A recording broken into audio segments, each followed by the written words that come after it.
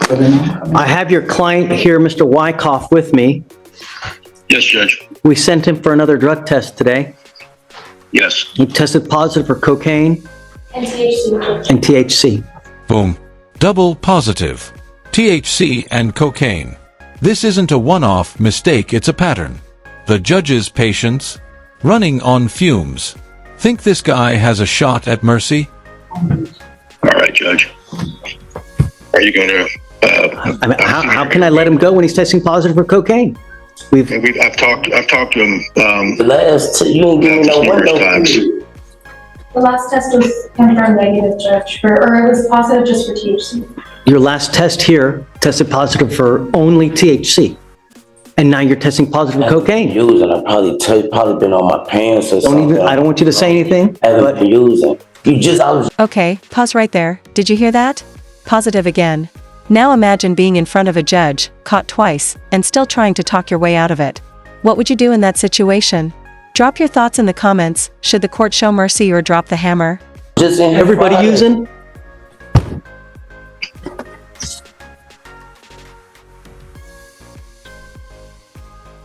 Two strikes. And yet, the courtroom tension says this might not be his last. At what point does trying turn into tired excuses? What would you do if you were the judge? I don't want you to use alcohol or illegal drugs. I haven't been. And you just tested positive again for cocaine. It's not the first time. It's not the second time. It goes with you.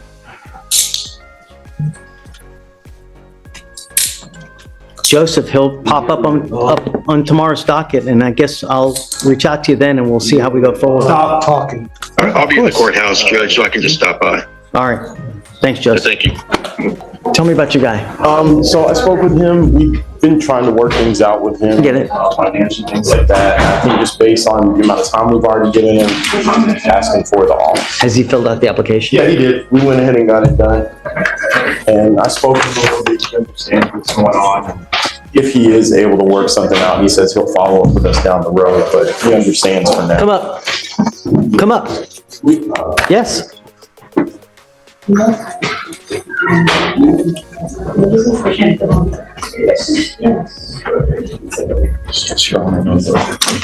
Are you married? No. You know your honor. Who do you live with anyone? I live with my girlfriend. Okay. How much money does your girlfriend make a month?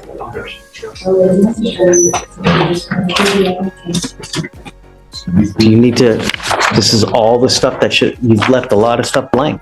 You need to fill this out. I'll grant your motion, okay? But you're not done with this. You need to fill this out correctly. You've not filled it out. So I'll give it back to you to fill out. I don't really know how much it's close to $1,500 a month. You know, that's what she's making. I'll give it back to you to fill out, but we need you to, complete it, okay? I'll grant your motion. Yes, sir. All right, come on. So essentially, Was restitution paid? We're not able to pay restitution. The state hasn't contacted the complainant in 2 years, Judge. That's the question. Because here it says on 12/2, $250 restitution was due before the time served was offered. I talked to Morgan. I talked to Morgan about this. Yes, Judge, and he's correct. The last time that the complainant's been contacted is 2022, and so we haven't been able to reach out again. We haven't been able to get in contact. Have you attempted to reach out to the complaining witness? We can reach out if you want us to. We can reach out. You haven't reached out? Since the last work we have is from 2022, Your Honor. And so we can.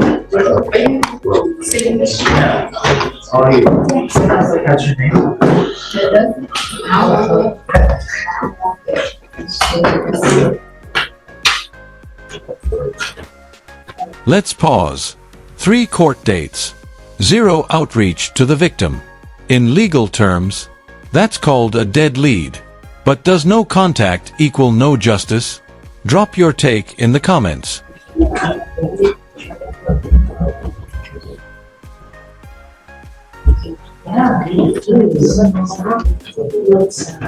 I mean, we reset this from 12/2 to 12/9 to 12/16, 3 different times, and not once has the complaining witness ever been attempted to be reached? Am I getting that right, Alex? That's correct, Your Honor, not since 2022. Judge, this complaint was read in 2022 by Mr. Morris, and defense advice, and last time we approached regarding this case, we said that, restitution and take the plea, but defense has advised me that he can't pay the $250. No, it's not fair. I mean, The state attempts to get a hold of him again and just simply can't. Will that be okay for the court? I mean, they have before. That's always been I understand that. The complainant has not attempted to follow up and contact them and ask about the they've $250. never even reached out since the last 3 settings. I mean, Let's break this down. The court's stuck between justice and dead silence from the victim. This raises a critical legal dilemma. Can restitution be enforced when the alleged victim disappears? The judge wants fairness, but how do you ensure that when one side ghosts the process? I guess Alex, reach out, see if that's still correct, But I'm going to tell you now, it's not fair that there's an accident, there's restitution, everybody should be made whole, and that's it. It can always be done through probation as well, but I mean, yeah. Can you give me 2 minutes? Let me see. Yes, sir. So, Your Honor, I got a hold of the husband who said the vehicle was totaled, and Come up, sir. the amount that he told me is actually $500 deductible, and he's going to send that document by the end of today. Okay. So, It is what it is.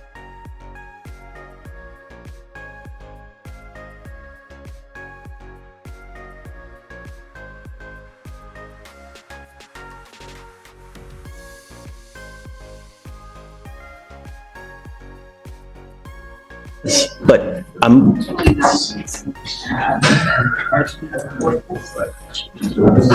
or the 6th?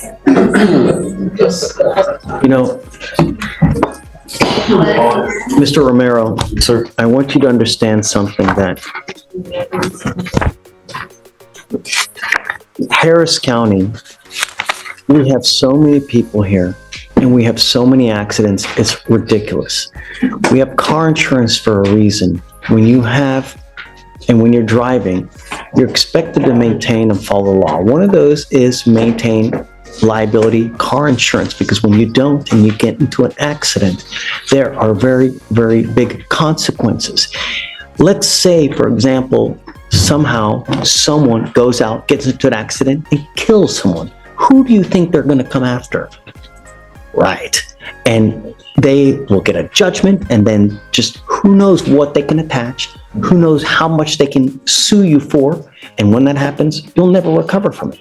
That's why for $40 to $50 a month, you get insurance that protects you in the event. They can also give you a lawyer to help you with these types of cases when there's something that happens. But God forbid something catastrophic really happens and ruins your life because of it. I routinely get emails where people come to me and say, hey, how do I get help here? I've gotten into an accident. They're suing me for $50,000 and I now have to go hire a lawyer and I don't have any money to go hire a lawyer. What do I do?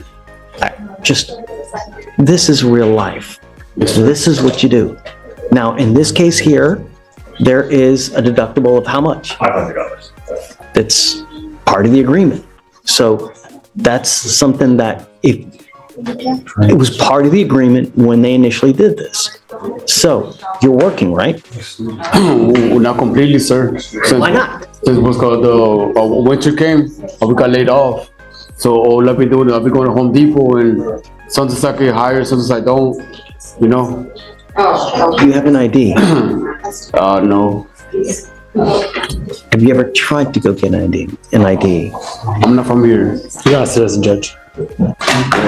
I got laid off because of the winter, and all I've been going to Home Depot. And sometimes I get hired, sometimes I don't. And that's the only way, what I'm saying, I'm able to, in a sort of way, maintain paying bills. You have children. Yes, sir. How are you supporting your children, man? Well, the same way. I'm going by Home Depot, sending them money to them because I'm not with them. There are other ways. Find a trade I'm sure that you have friends that are either carpenters, brick masons, something other where you can learn a trade, be good at it, make a name for yourself, and you can really make some money. Hanging out at Home Depot, waiting for someone that's not the one to find. I mean, I hear you, sir. I hear you, but like you say, I've been going through like companies here. Trust me, I've been going everywhere. And my last resource, my last option is to go right there because, you know, that's the only way that I can find something at the moment while I'm waiting for something to happen.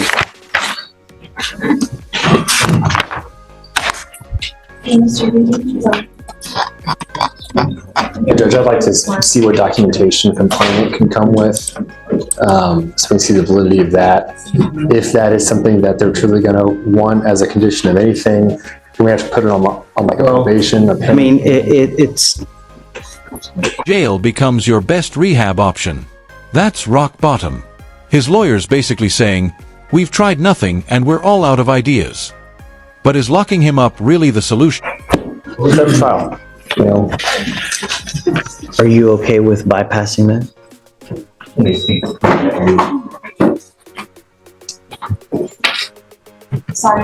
Are you okay with bypassing the deductible and just going forward with it?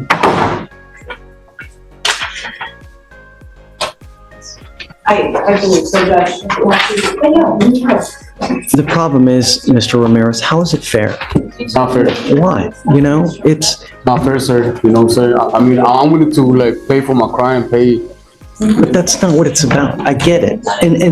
But the problem is now you're all you're doing is you're making your life more difficult in the process. You know? Yes, sir. The more convictions you get, the harder it becomes to get a job. And the harder it becomes to get a job, all you're doing is you're continually shooting yourself in the foot over and over and over. This life can be either a great journey or it could be an awful journey. Yes, sir. And the more convictions you get, The harder it is.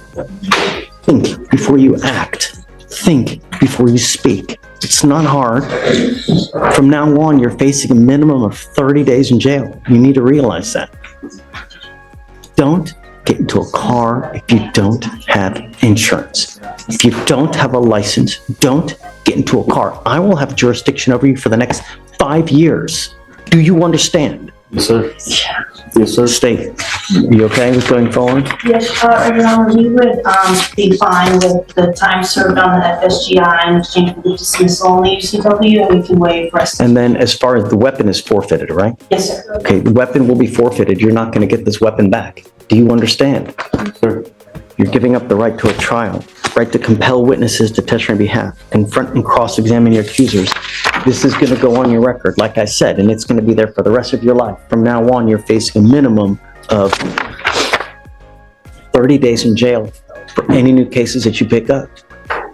You understand? This can also have immigration consequences as well. If you're not a citizen, you can be deported, excluded from the country, denied naturalization under federal law. If you're not in this country with permission and you go to jail, it's only a matter of time before ICE gets a hold of you and you'll be stuck like Chuck in there. Do you understand? You better live with a freaking halo because you have a lot to lose. Yes, sir. Yes, sir.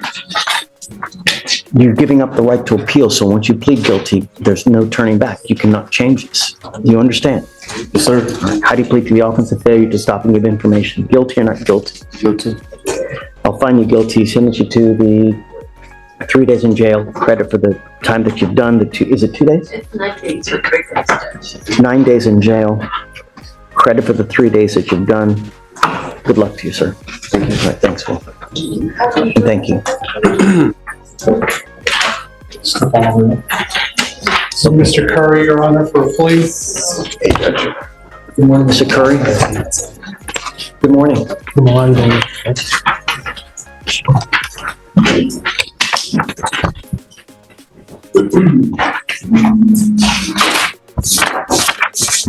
Mr. Curry, you're charged with theft.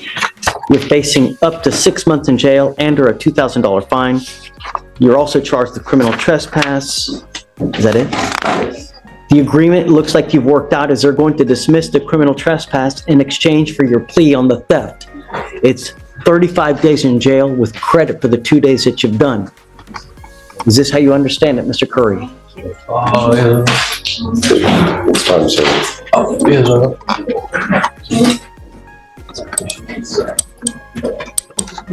Is this how you understand it? It's not time served. You still have a little bit more time to do. No, he has, I think we may be written up separately. We did it. I have 35 credit for 2. He has 35 days I don't know. credit for the, it's weird because it was in the theft, but they didn't credit him for the, We're pleading to the theft, right? yes, we're playing on the theft. And it was, So it looks like the original offer that was put in was for 3 days time served. For some reason, the plea paperwork was filed incorrectly and says 35 days. We're gonna refile that. She wanted, okay, okay, we'll stand down and then. yeah, Yeah, because it only says 2 days on mine. yeah. They're gonna have to redo it. Yeah, for sure. All right, so we're back, Mr. Curry. So the agreement that you have worked out is 3 days in jail on the theft, where you're facing up to 6 months and or $2,000 fine, credit for the, you said 2? Okay, that's what the. Yeah, it's 2 days in jail, credit for the 2 days that you've done. Eddie's Band-Aid. Adhesive bandage, hashtag broken system. Next voice. Hearing voices. Paranoia. This isn't just meth, it's full-blown psychosis. And here's the tragic part. Mr. Curry, you need to understand, at some point, they're gonna hit you with a felony if you continue to pick up these cases. Do you understand? Then you're facing years instead of days. As part of the agreement, they're going to dismiss the criminal trespass. You're giving up the right to a trial, right to compel witnesses to testify on your behalf, confront and cross-examine your accusers. If you're not a citizen, there are possible immigration consequences. You can be deported,